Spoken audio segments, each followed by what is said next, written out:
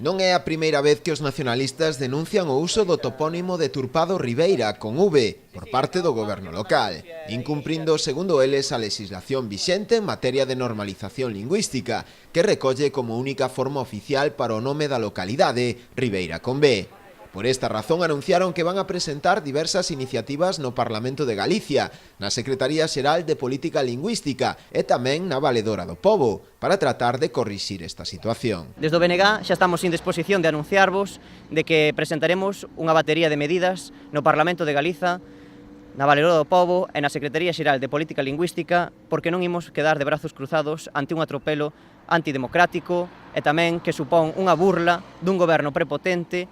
unha burla aos veciños e veciñas de Ribeira, á legislación e tamén á lingua propia deste país que é o galego, non? Dende o BNG van máis alá ao sinalar que este caso é un exemplo máis da irresponsabilidade do goberno municipal, que inviste cartos públicos na vulneración das leis. Desde o BNG non creemos que sexa lóxico nin ético que un goberno dunha institución pública incumpra reiteradamente a legislación, provoque unha fractura social na poboación de Ribeira e tamén que gaste cartos públicos e non pase absolutamente nada.